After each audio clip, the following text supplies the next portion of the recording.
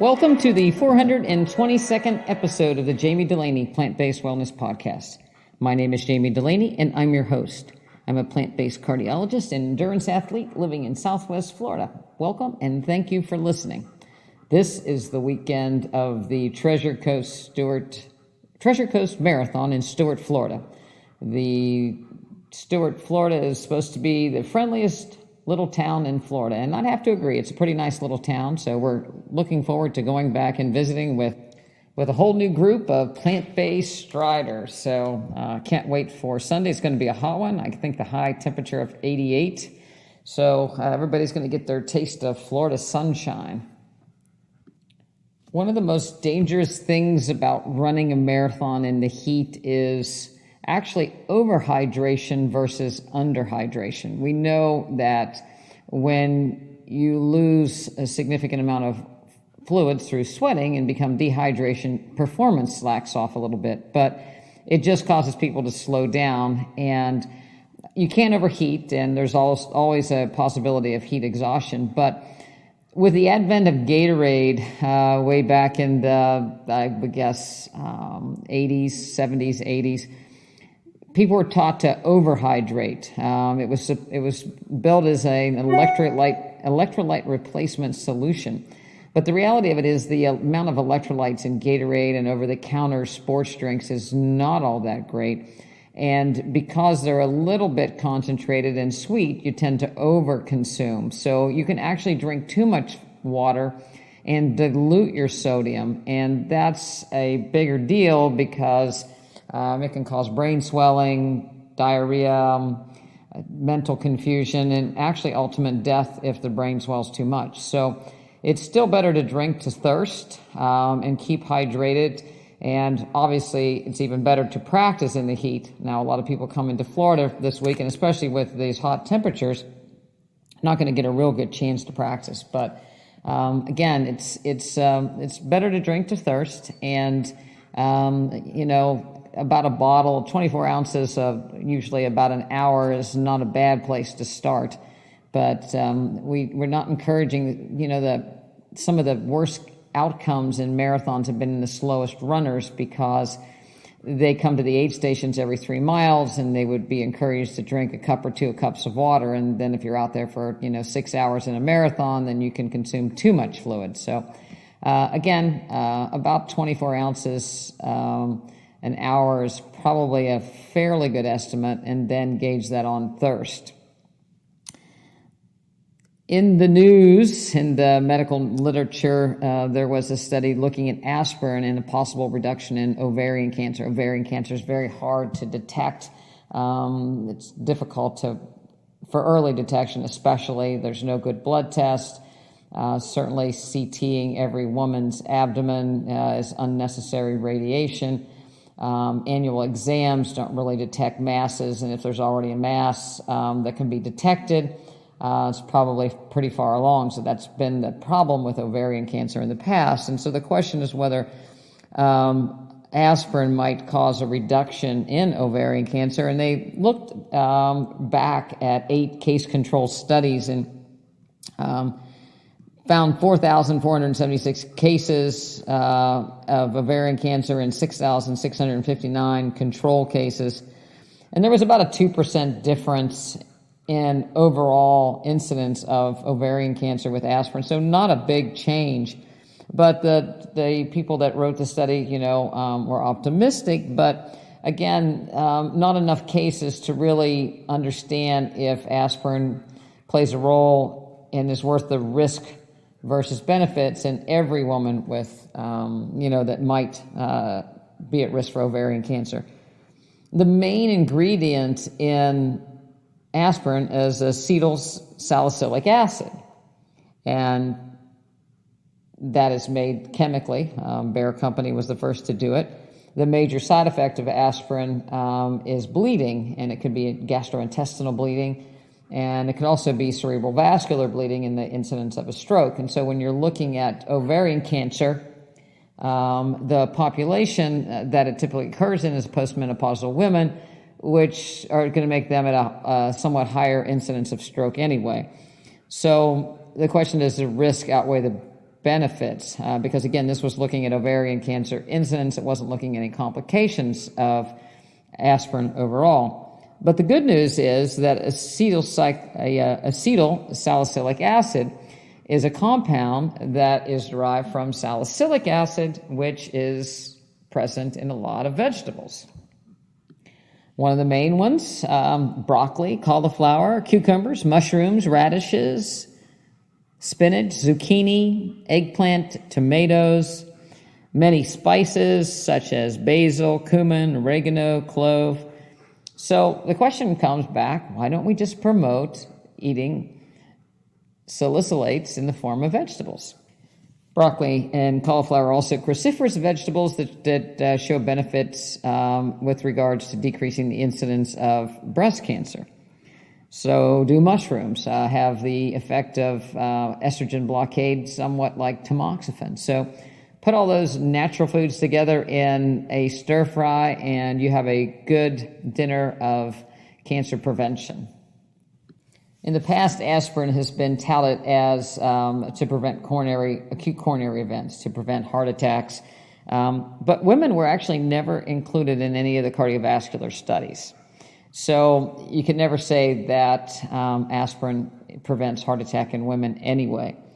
Aspirin inhibits thromboxane A2, so it decreases platelet stickiness, but again, decreases your ability to clot, and that can last 7 to 10 days. Aspirin also works on your brain and the hypothalamus area to reset and reduce body temperature. So, in the past, people have taken aspirin for fevers, again, with the concurrent side effects and lack of long-term data. It's really not recommended even in the preventing cardiovascular events. And again, the risk of cerebrovascular bleeding, especially in women, might outweigh any of the benefits. So back to eating the vegetables. Often people come into my office after they've had a physical ailment such as, and maybe a prosthetic replacement of the knee or hip. And typically after they get a knee or hip replacement, they're referred for physical therapy. Same way after a heart attack, people are referred for cardiac rehabilitation. And all of those therapies have been shown to help people recover more quickly. We know that getting people out of bed very quickly after surgery, getting people up and moving after a heart attack is actually has many benefits to prevent blood clot formation and increase mobility. And so it's earlier the better we can get people up and moving. The question comes is, do people do it on their own? And often I find when people come in to tell me about they've had a knee replacement, they had a hip replacement, or they're going to cardiac rehab, it's 3 days a week. And they don't do anything in between those other 3 days a week. They might go through some of the motions, but for the most part, they don't do much rehab on their own. And the question is, why? Nobody ever said not to do anything on your own. Why don't people do the same physical therapy exercises or something similar at home, or as many as they would when they're actually going and getting physical therapy with somebody watching them do the exercises? I'm also going to link that to patients' nutrition. So a lot of people don't go to the extra yard to make food for themselves that is nutritious, or changing their nutrition to a plant-based way of eating, because it's not readily for themselves. So if the rest of the family doesn't eat that way, then typically they don't eat that way. And I think we can link it to self-care and how a lot of humans believe that they're not worthy to take care of themselves, and maybe it's not a good idea to take care of yourself before you take care of others. So it's one thing to take care of other people, but when it comes to actually spending time doing physical therapy on themselves, cooking for themselves in a special way, they don't feel worthy. And whether that's a conscious decision and I think most of the time it's not a conscious decision. It's just we put ourselves off for potentially other people. and we don't want to make waves for the other people, perhaps. There was a study looking at peripheral vascular disease, and we know that if people walk to the point where they get discomfort in their legs and then they stop and rest and then they go on, they have a great improvement in collateral blood flow and improvement in general blood flow to their legs.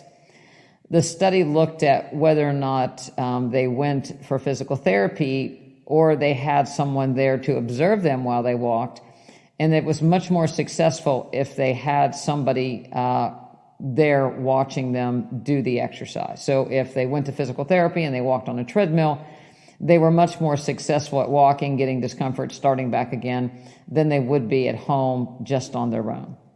And even if they can see the improvements at the physical therapy place, they still don't do it at home for the most part. The same way with nutrition, even though people know that eating increased greens can generate the production of nitric oxide and decrease chest pain, decrease peripheral vascular disease, actually reverse coronary artery disease, they still don't do it if it's not convenient for everybody.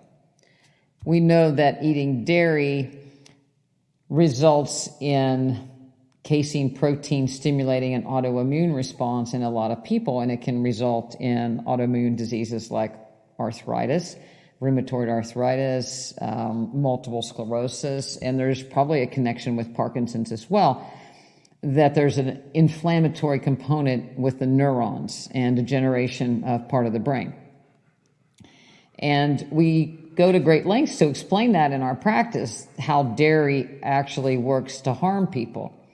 Yet I heard the other day in someone that had Parkinson's that, well, I still like cheese once in a while because it's a comfort food.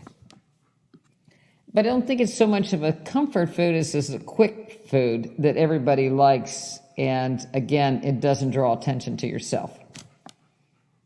So I think there's a combination of feeling guilty for taking care of yourself, that you may be taking care of yourself before you take care of others. And I also think that there's also a component where people would like to be taken care of. And it may be such that people are caregivers and they're just kind of waiting for someone to show them that they care enough to take care of them and to change what they're eating for them. And they wait and it never happens, and it's a big disappointment. And it's almost a reinforcement that they're not worthy of self-care or worthy of being healthy. On the other hand, I think most people agree that serving others and helping others brings a great joy and great satisfaction. But we can't effectively help others if we're not healthy. So I've seen this behavior over and over again, and it's not unique to certain individuals. It's largely across the board in people that aren't doing well.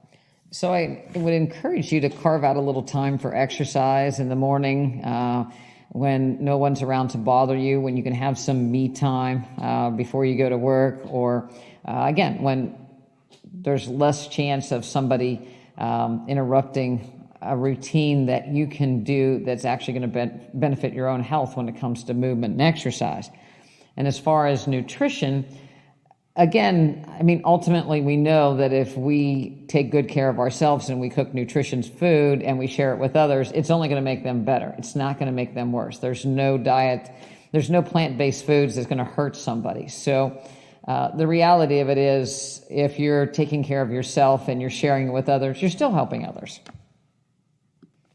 In our practice, I have people that are diabetic email me or text me in the morning with their blood glucoses, and I've said it before on the podcast, and people that actually check in with their blood glucoses do much better and get their diabetes under control much quicker than the people that don't. And, without fail, the people that quit checking in are usually the ones that have slipped, went back to their old ways, and they quit checking their glucose.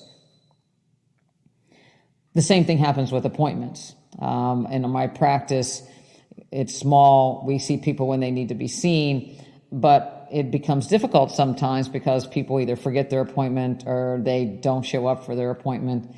And again, they put everything else in front of taking care of their own health. And those are typically the people that aren't doing well.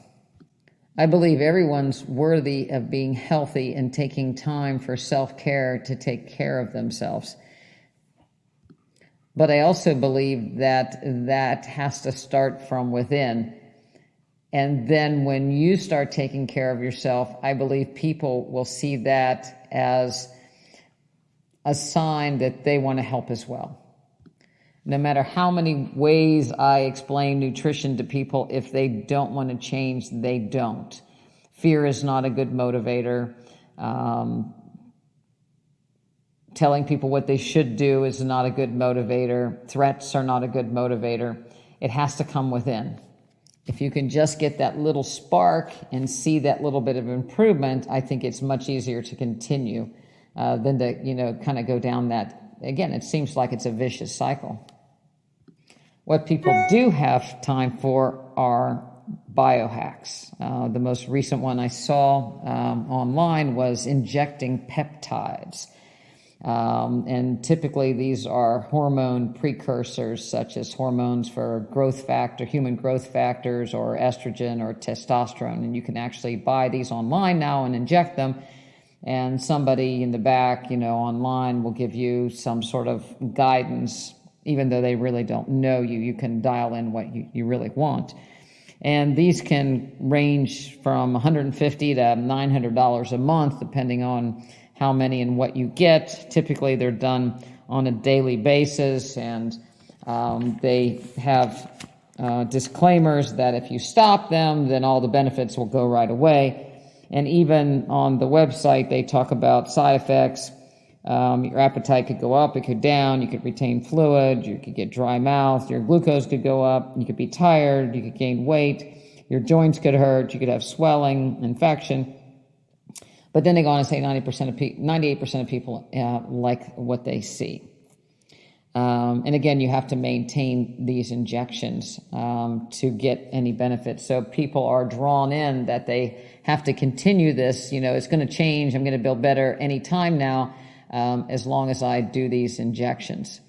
And again, it does nothing to change one's overall health because you're injecting these amino acids into your system, into a very complex system with feedback loops and stimulating proteins, and there's not one little thing that you can inject in that doesn't have a consequence on the other side, and who knows how many different ways you can get in trouble with it.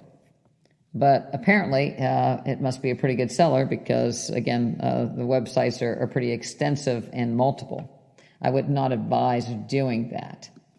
Other forms of supplements that people can take in vitamins and other nutraceuticals, different greens and powders and mixtures really don't substitute for what we can get out of whole foods. Our body doesn't recognize powders. It's not a standardized industry. Some powders don't contain near what they're supposed to contain.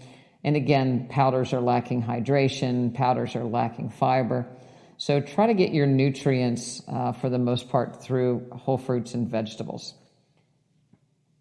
My training's going well. Again, we're going to do the marathon this weekend, and then in April we have the Brazos Bend 50 miler, which is a flat course, not too many routes, so I hope I stay off the ground.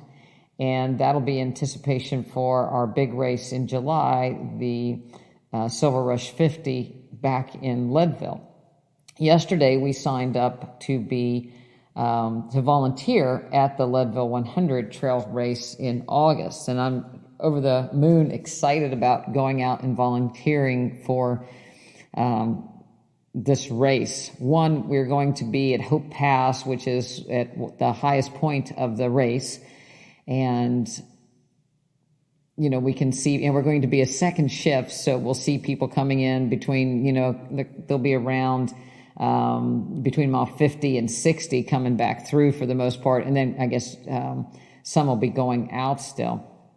So we'll hike out to Hope Pass, and that's a significant hike out. And then we'll spend 8 hours out there from I believe it's 1 to 11, and then hike back. So we'll get to be in the dark. We'll get to hike on the trail that the 100-mile race is run, and we'll get to do part of it in the dark. So I'm really excited about that. We'll get to experience the weather at night, so that'll be helpful. So if we get the opportunity to do it the following year, we'll have a little insight into what's at the aid station, what kind of problems people face, what do people like us that look like us experience when they're coming through those checkpoints, and get a sense of the lay of the land. The last time that I volunteered for a race, to get into a race, was my first Ironman. And it was kind of funny back then because I volunteered. If you wanted to get into Florida Ironman way back, if you wanted to get into the race, you needed to volunteer the year before. And so I went out and worked the medical tent, and I worked the medical tent, and I worked a couple other places during the day. But the medical tent, people coming in dehydrated and starting some IVs, and seeing people that got sick and didn't finish and got overhydrated. And I still wanted to sign up for the Ironman the next year, and I did. And it was still one of my best Ironman races ever. And so it's kind of funny, this year we're signing up to volunteer so that we can, see the course. I'm excited about volunteering because I have fallen in love with the whole concept of the Leadville Race Series and the people that run it. But it also gets us up in the lottery to get a chance to get in for the next year to run the 100-mile race. So it's kind of funny. We're going to volunteer to see things that should scare us away from wanting to do the race, but it's going to make us want to do the race even more. I was listening to a podcast. A guy was being interviewed that did ultra marathons, and talking about, why he did some of these, really long 100-mile races. And he said, I had a pretty good life. I never had to physically struggle or be put in terribly uncomfortable situations. And it's a way to test my body and to test my troubleshooting skills, for the most part, or for lack of a better word, in doing things that are really hard. And that's a lot about what I, think of and when I want to do some of these longer events, and to keep going back out, even though I'm getting up in age groups. I want to see how long that I can continue to do those type of things. And from what I've seen, there are people out there of a lot older than I am that still take on these big challenges. They're not all that many, but they're there. And I think the more people that put themselves outside of their comfort zone and push their bodies as we get older are only better for it. And we see a lot of research to support that, and that, as long as you keep exercising and you keep your musculoskeletal system intact, and you keep your balance, and you keep your mitochondria, numbers and quantities working, then your chance at a healthy older years and healthy health span increases. So there's nothing to benefit one by being sedentary. There will be much joy this weekend when our members meet each other and cross the finish line, even though people will be tired and hot and sweaty and probably even a little sunburn. The joy from accomplishing a task that you put yourself in your outside of your comfort zone, and you're not quite sure if you're going to finish the event or not, still makes it all worthwhile.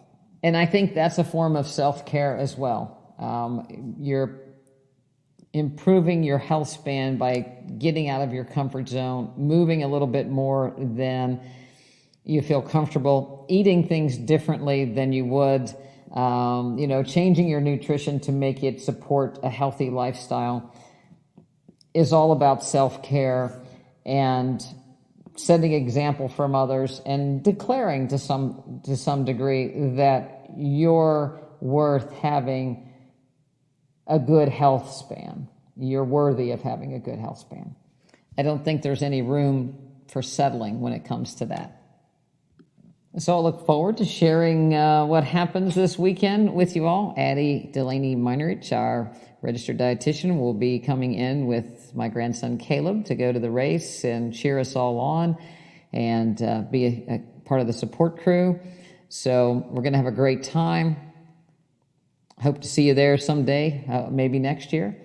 If you would like to find out how you could become part of our practice and improve your self-care and health span, visit the website at drdulaney.com, DoctorDulaney, or email me at Jami@drdulaney.com. Be happy to talk to you about the practice and how we can help you achieve your healthcare goal or health span goals. So thanks for listening.